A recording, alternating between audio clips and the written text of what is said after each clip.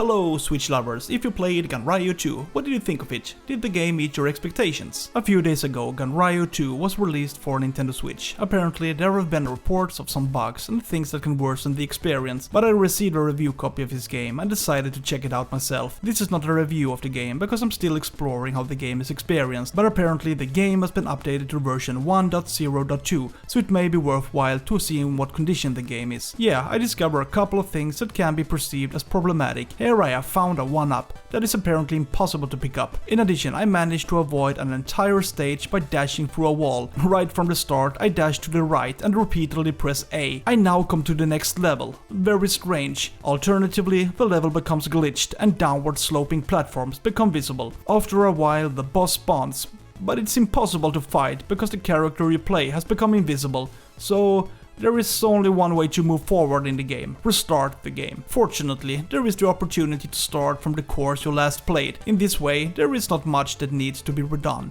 Despite this, I still feel that this is an entertaining game. There are other aspects that contribute to the game being both exciting and fun. For example, the way the character fights, the varied gameplay, excellent control, and entertaining boss fights.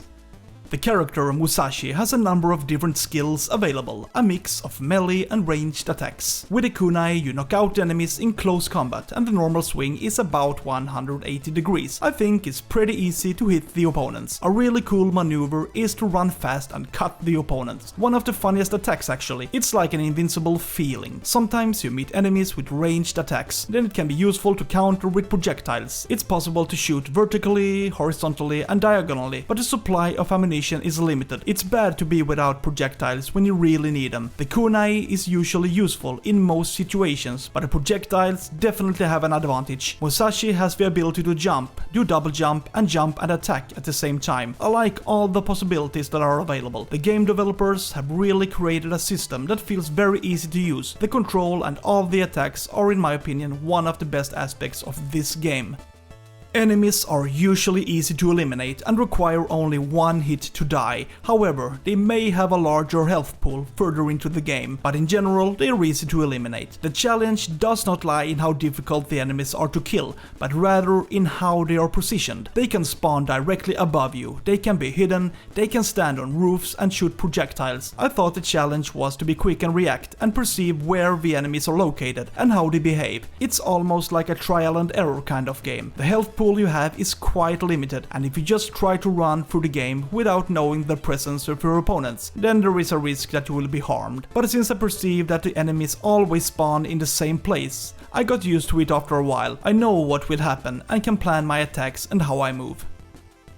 The bosses are quite fun and can be perceived as strategy-based. They usually have a movement pattern that may be worth learning. Like the first boss, it shoots projectiles standing and ducking, jumps horizontally across the screen and throws bombs. And that's how most bosses works. They have a number of mechanics that make them tricky to kill. At first I thought it was hard to surg them down. It took some experience and understanding before they were eliminated, but it's both fun and part of the charm to understand the enemy's weaknesses and strengths, and that one gradually becomes better at understanding the game idea.